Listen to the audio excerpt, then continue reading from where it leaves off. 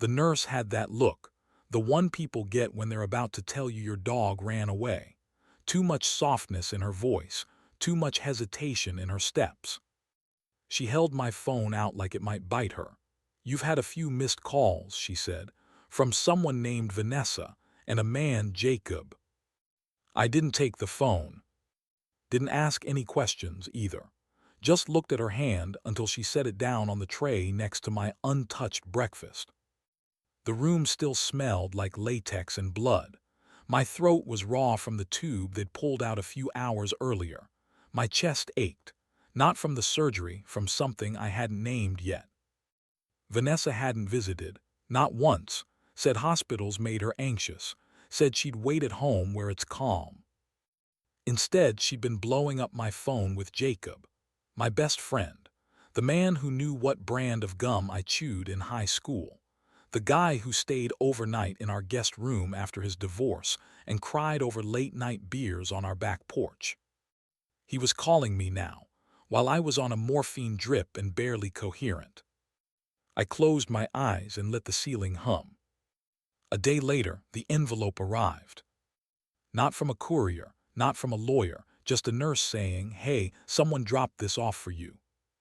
Her handwriting was on it, Vanessa, neat and a little rushed like she was trying not to shake. Inside was a folded letter, not typed, just blue ink on hotel stationery. "We've grown apart.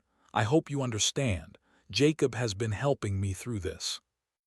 No apology, no explanation, no mention of the surgery, just a clean cut, like I was some thread she'd finally snipped. I stared at it for a long time, maybe 3 hours, maybe 10. I lost count somewhere between the morphine buzz and the hallway clock ticking like it was judging me. I didn't cry, didn't rage, didn't press the call button to ask if someone could burn it.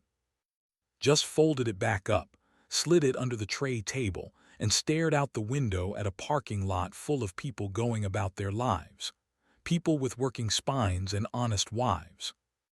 Jacob, the man who toasted our wedding with tears in his eyes, who helped me build the deck one summer even after he tore his rotator cuff, who texted me at 2 a.m. the night my mom died just to say, "I got you, man, always."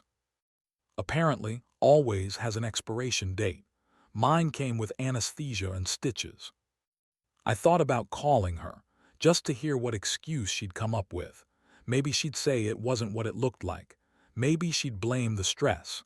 Maybe she'd lie in that soft voice of hers, the one she used when she didn't want to fight. But I didn't need her voice. What I needed was air. I pressed the bed remote and raised the headrest.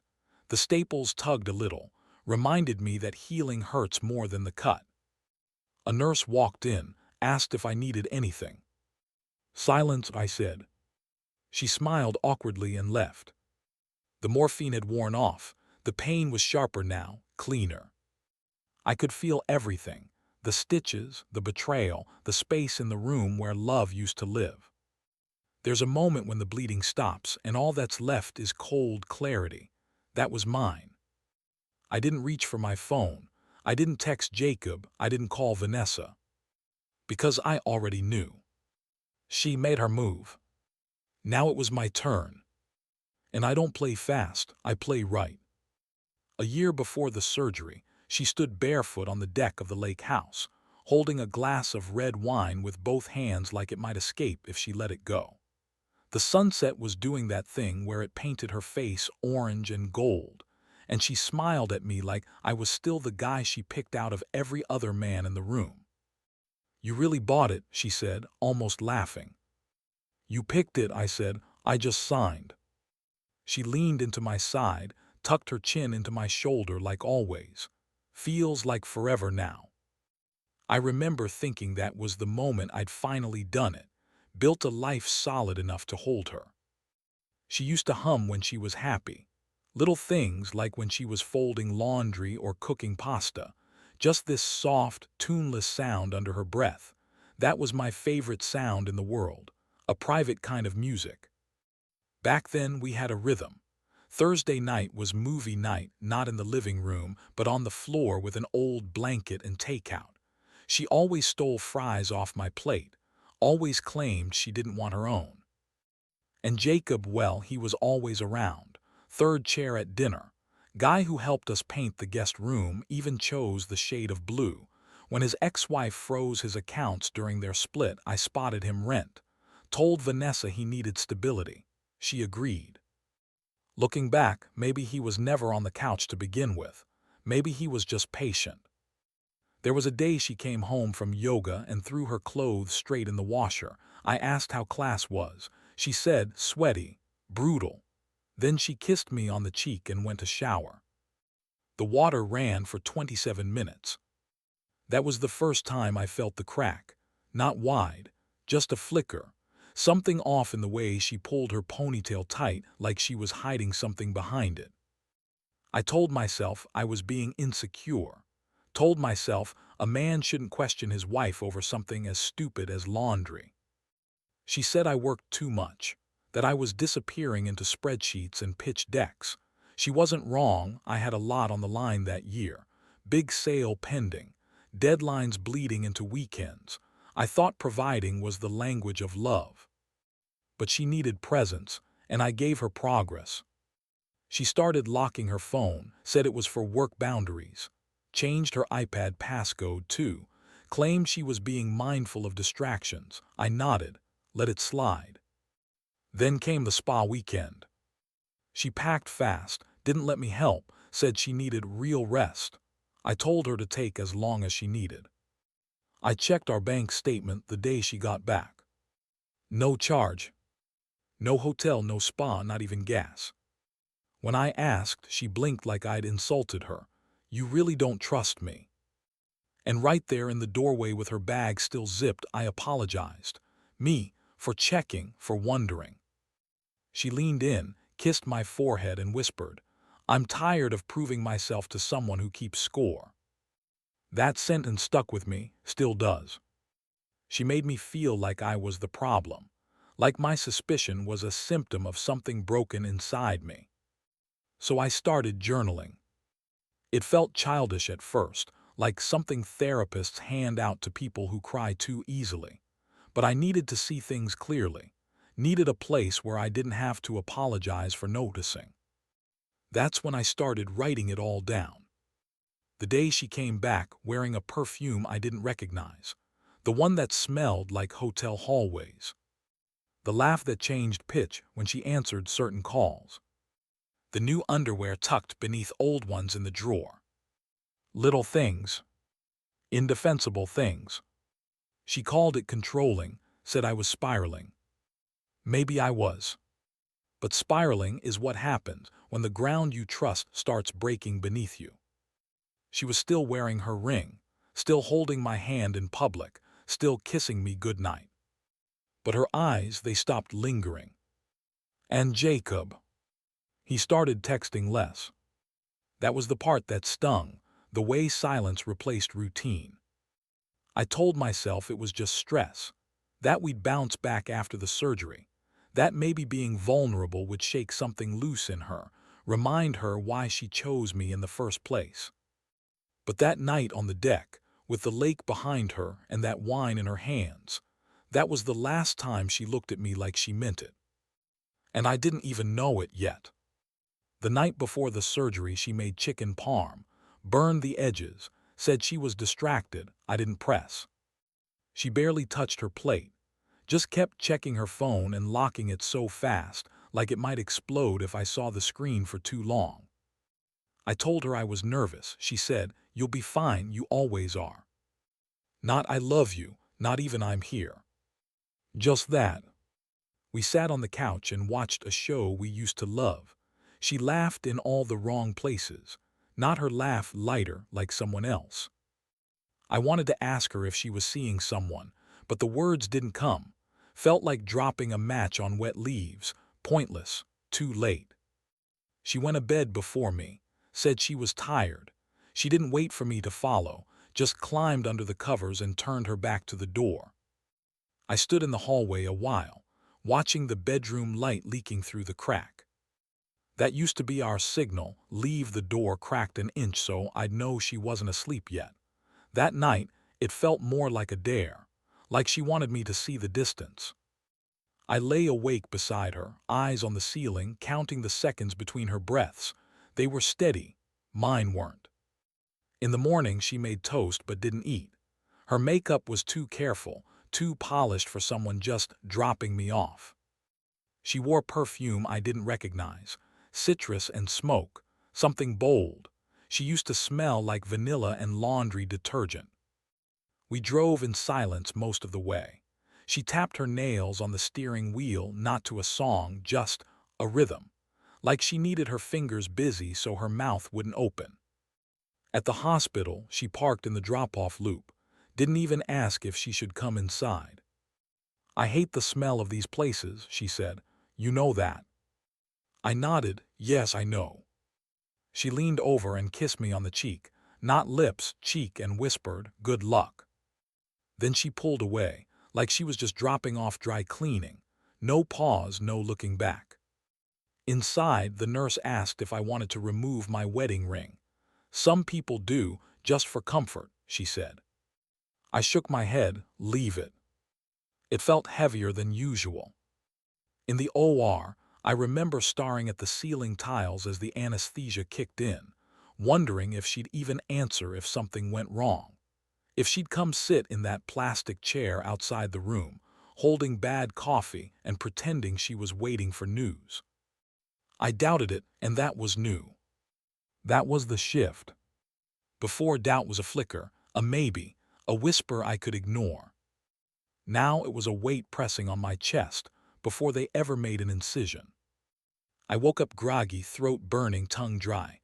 No flowers, no note, no voicemail. Just my phone on the tray with the screen lit up. 7 missed calls. 3 from Jacob, 4 from her. I didn't open them. Didn't need to. Later that day, the doctor came by and asked how I felt. I said, "Fine." He smiled, said I was healing quickly.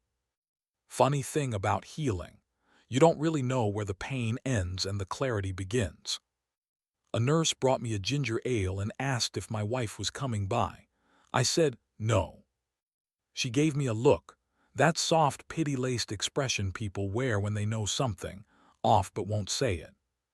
"She must be busy," she said. "Yeah," I answered. "She's got a lot on her plate." That night, as the machines beeped low and steady around me, I stared at the wall and thought about how clean her hug felt yesterday. How empty. Like she'd already said goodbye, but made me do it later in pieces. I replayed her laugh from the night before, the fake one, the one that didn't sound like mine anymore. And then I thought about Jacob. His last text had been weeks ago, nothing since, not even a good luck message. He said he'd swing by before I went under, never showed. That silence between us, the kind that used to mean comfort, it felt like something else now. Like planning. I didn't know what was waiting when I got out of that bed, but something had shifted. And the silence between us was no longer empty. It was full of something I hadn't named yet. The first thing I noticed when I walked back into the house was the smell. Not hers, not mine, just air hollow like no one had been breathing here for days. Her shoes were gone, the ones she used to kick off by the door without thinking. No hoodie draped on the armrest, no wine glass in the sink. Just stillness. I moved slow like I might startle something. My chest still stitched up, pulling tight every time I bent, but that wasn't what made me cautious. It was the quiet. Her side of the closet was empty, bare hangers spinning on the rod like she'd ripped clothes off in a hurry, all but one. A single hanger, centered like it was placed, not left. And clipped to it our wedding photo. Laminated neatly.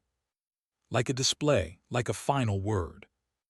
I stared at it for a long time, couldn't decide if it was cruelty or cowardice.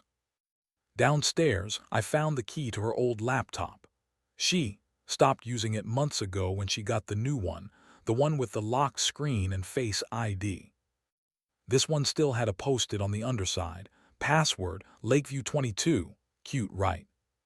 I booted it up. It whirred like something trying to remember how to breathe.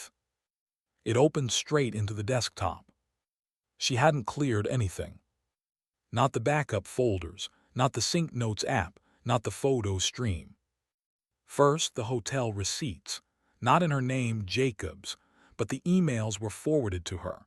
A trail of weekend bookings, always when she said she was at the spa or visiting her sister. Then came the notes. One of them was titled List After Surgery. That title alone made my jaw clench. I opened it. Don't forget to get the crypto keys before surgery. He'll be too out of it to notice. That was the first line. Below it, reminders. Freeze joint accounts day of delivery. Keep Jacob's name off anything legal. Change passwords after confirmation of discharge. Leave photo. Leave photo. It wasn't carelessness, it was choreography. She planned her exit like it was a heist. And I was the vault. I scrolled further. More entries. Conversations with herself trying out lies. Draft messages she never sent, or maybe she did and deleted. Another note stopped me cold. Jacob says he'll protect me if this gets ugly. That line, it wasn't fear, it was calculation. She wasn't afraid of me. She was afraid I'd stay calm long enough to think. There was an audio file, too, hidden in her downloads folder. I clicked it. Background noise, a hotel room maybe, the clink of a wine bottle, laughter, her voice softer than I'd heard in months. Jacob, what if he finds out? Her, he won't, and if he does, he's too proud to make it messy. Proud. That's what she banked on, my silence, my stillness, my unwillingness to be the guy who flips the table. She was right. I didn't throw the laptop. Didn't scream or smash or pace. I just closed it. Because what I felt wasn't rage. It was something colder. Clarity. The kind that sinks into your bones, not your blood. I stood in the living room and looked at the space where the couch used to be. She'd taken that too, probably to make the break look clean. My hand found the edge of the bookshelf, tracing the corner like it could anchor me. We built this house together. I paid for it, but she picked the backsplash. I let her think that was power. She didn't know real power doesn't need credit. I took the envelope she left at the hospital out of my coat pocket, held it next to the laptop, two relics of what used to be us. The laptop held the how. The letter held the why not. There was no apology in either. Just logistics. As if I were a business closure. That night I didn't sleep.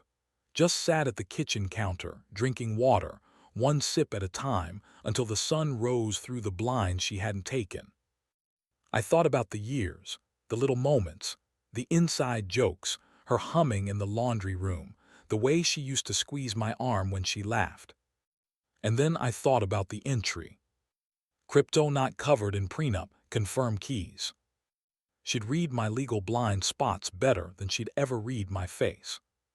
She didn't just leave. She extracted.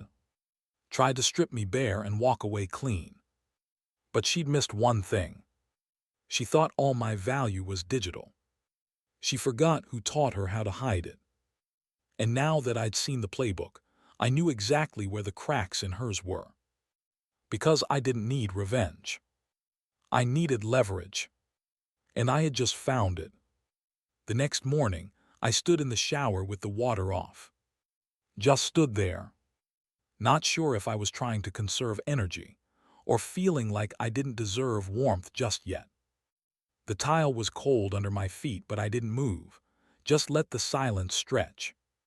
She'd choreographed every step of her exit, but left just enough space for me to step through the crack. And I wasn't going to slam the door. I was going to wedge it open and make her regret not locking it tight. The first thing I did was call my attorney, not the one we used together, mine, the one I used when I sold the company. He picked up after 2 rings. "You sound different," he said. "I am," I replied. I had him pull the deed for the lake house. When we bought it, it was technically purchased through my holding company, an LLC I set up years back for tax reasons.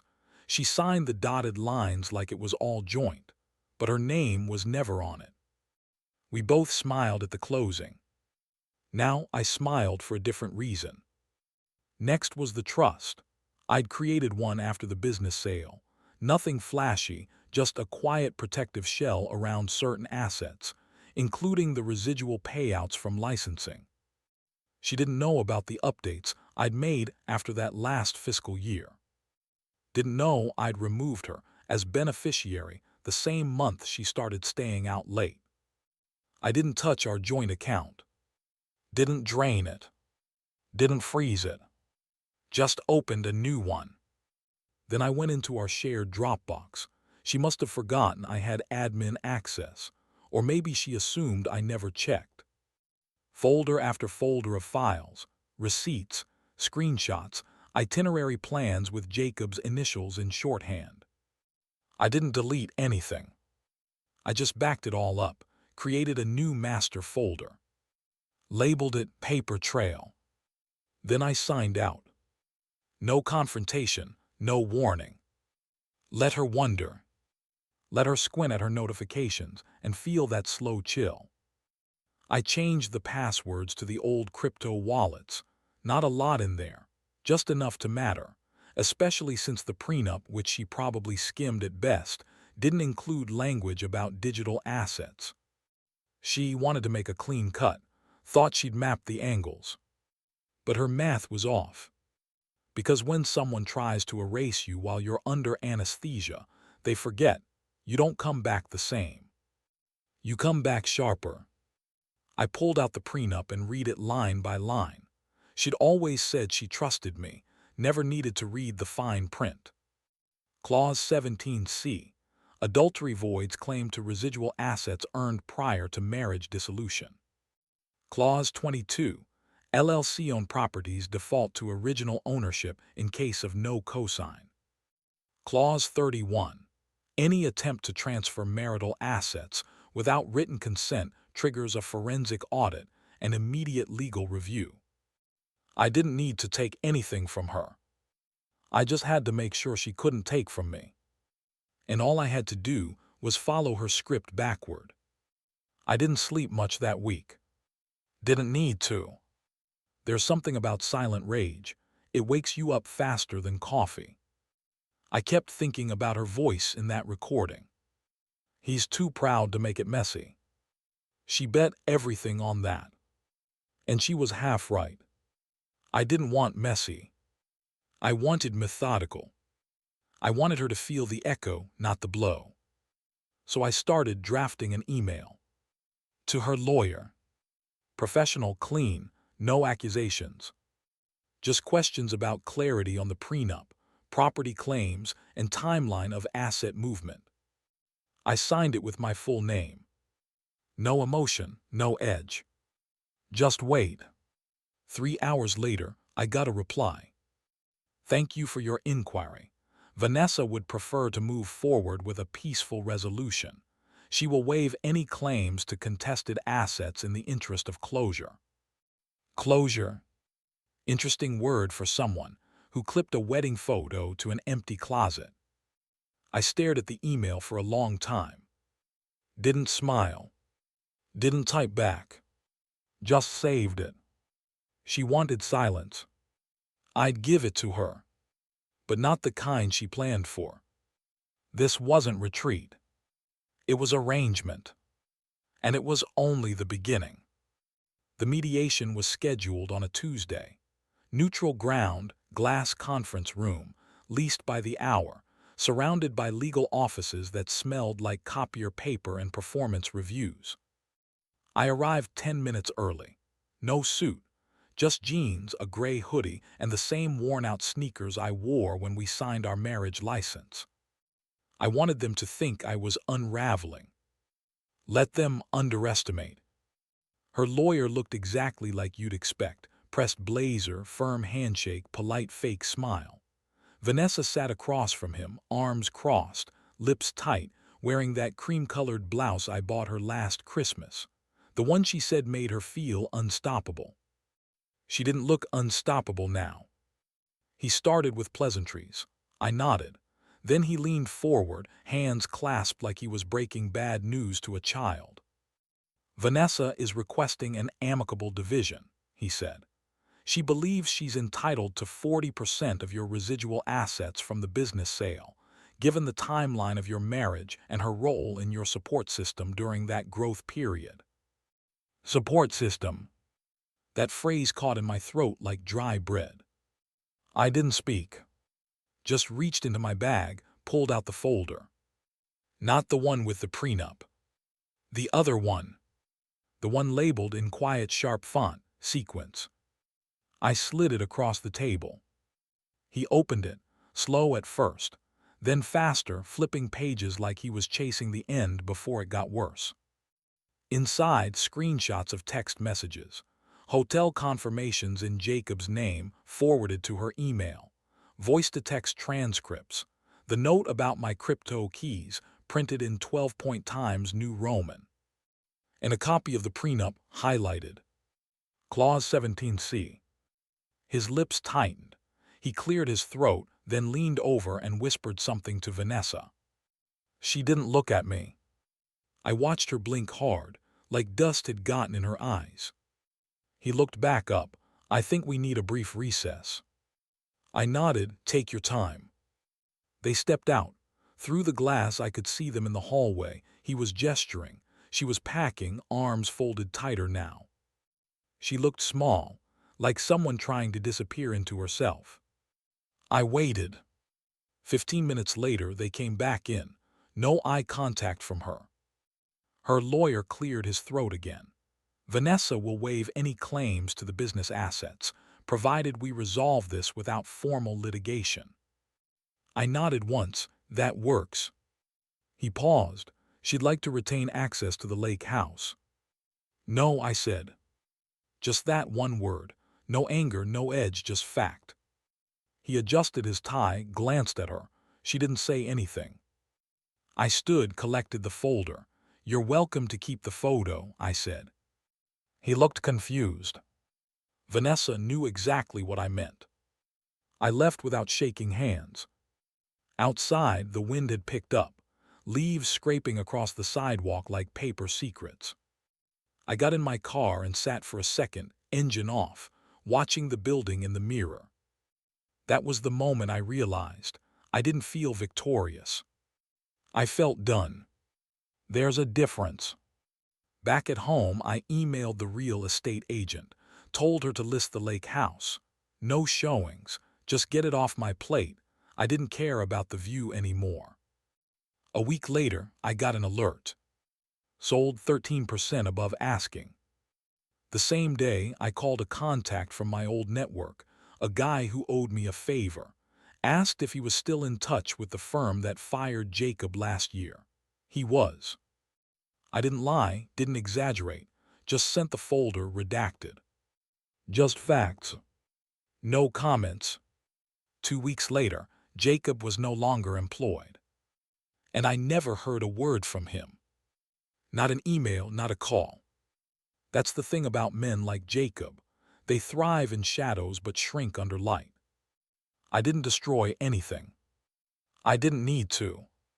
I just put the pieces on the table in the right order and let gravity do the rest. Vanessa, she sent a text after the lake house closed. I miss the water, hope you're okay. I replied with the Zillow link. That was the last thing I ever sent her. She blocked me after that, which in its own way was a thank you. The lake house listing went live for exactly 4 days. Offer came in fast, no inspection, full cash. Young couple, no baggage. I accepted before the ink was dry. When the sale finalized, I didn't visit, didn't do a walkthrough, just sent a courier to pick up the last box, books I hadn't opened in years and a framed picture of us I didn't realize I still had. I didn't keep it. Didn't burn it either. Just left it at the edge of the donation pile. Let someone else decide what it meant now. She texted me the morning after the house closed. I miss the lake. I stared at it for a while, not angry, not sad, just curious. Was that nostalgia? Regret? Or just a test? I copied the Zillow link and sent it back. No words, just the number, sale price, clean margin, new owners smiling in front of our old porch. She never responded. 2 hours later, I was blocked. Fitting. The silence felt clean. Jacob was easier. One email to the right person, nothing slanderous, nothing inflammatory. Just a link to the folder and a single sentence. This came across my desk. Thought you'd want to verify before Q3 renewals. That was it. I never followed up. Didn't need to. By the end of the week, his name disappeared from the company's website. No public memo, just gone. Same way he slipped into our lives, quiet and subtle. Now he was just omitted. I thought there'd be satisfaction in it. There was. Only quiet. Not emptiness, not loneliness. Just a steady, humming stillness. Like the kind you get in a room after turning off a machine that's been running too loud for too long. My phone didn't light up anymore. No 2 a.m. apologies. No, can we talk? She didn't ask for anything else. Maybe she thought I'd come after her. Maybe she waited for me to unravel. But there was nothing left to untangle. Because I didn't block her. I didn't stalk or chase or threaten. I just stopped. And when people stop chasing, the ghosts get louder. I moved across the country 6 weeks later. No fanfare. Just a rented truck and a furnished condo that overlooked the quiet end of a different city. New routine. Same hoodie. One bag. She once said I made things too predictable. Now I made them invisible. No shared accounts. No social media breadcrumbs. Just a P.O. box and a new bank with a vault she never touched. I didn't need to run. I just needed to be still long enough for them to hear their own echoes. Funny thing is, they haven't made a sound since. And if they did, I wouldn't hear it. People always say revenge has to be loud. Dramatic. Explosive. But mine wasn't any of those things. It was quiet, clean, the kind of revenge you don't recognize until the silence starts to echo. She thought I'd rage, thought I'd spiral, thought I'd beg for something to hold on to. But I didn't light a match. I just turned off the lights and walked out. She wanted me to break, but I bent, slowly, carefully, then straightened back into someone she didn't recognize. And maybe that's what hurt her the most. She called me cold in her last message. I called it clarity. Because here's what they don't tell you. When someone betrays you that deeply, it's not the betrayal that shatters you. It's the realization that they were capable of it, while smiling in your face. I don't regret loving her. I regret thinking love was enough. And Jacob, he was never the enemy. He was just the mirror that showed me how blind I'd been. That hurts more. But pain, when it sits long enough, hardens into something sharp, something useful. I used mine.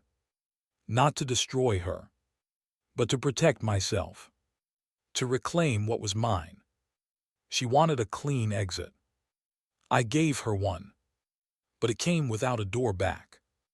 And now I live quiet. I sleep without wondering what I missed. I eat alone but not empty. The space she left doesn't echo anymore, it breathes. Sometimes I still think about that photo on the hanger. What it meant. Why she left it. Maybe it was guilt. Maybe it was a message. Maybe it was just her way of saying goodbye without saying the words. Either way, I don't look at it anymore. It's in a folder filed on a shelf labeled in black ink. Wrong turn, right exit. And that's all it is now. A turn I survived. A road I don't revisit. And a silence I chose, long after she walked out. This is Revenge with Camden. If you've ever been betrayed by the person you trusted most, hit subscribe. You're not alone.